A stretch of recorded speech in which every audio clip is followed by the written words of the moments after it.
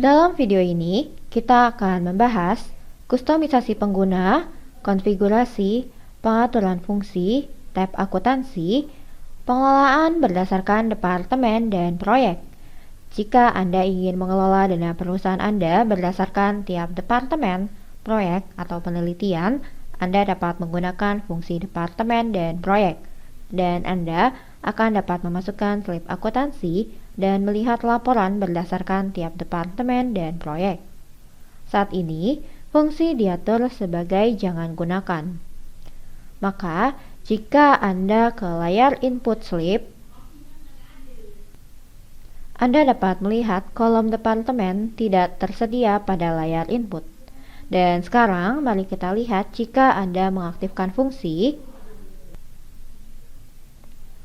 Klik pada pengaturan dan centang pada keduanya status dan klasifikasi berdasarkan akun pada masing-masing departemen dan proyek, kemudian simpan.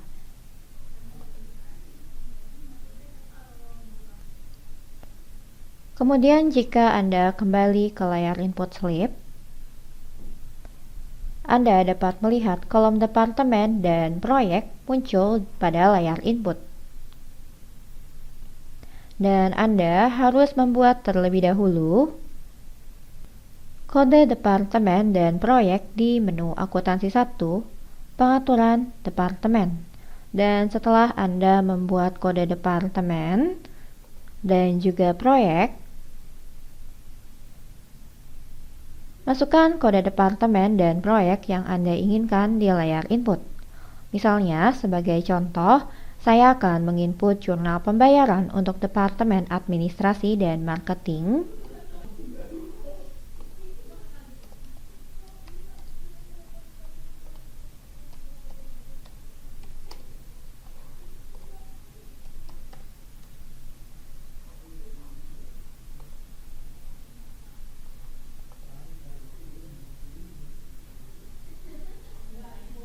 Untuk akun beban kompensasi karyawan sebesar 100.000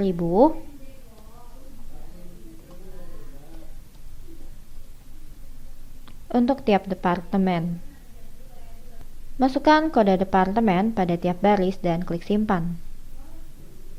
Kemudian setelah membuat voucher, Anda dapat melihat ledger dan laporan berdasarkan tiap departemen dan proyek.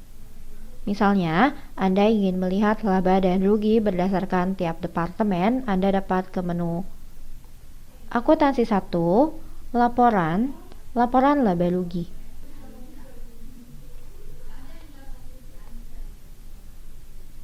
Dan klik perbandingan pada jenis tampilan departemen, lalu klik cari.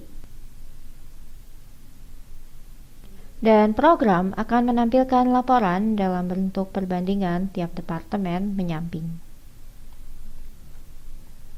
Dan Anda dapat klik cari di bagian atas dan memilih departemen atau proyek tertentu dan klik cari.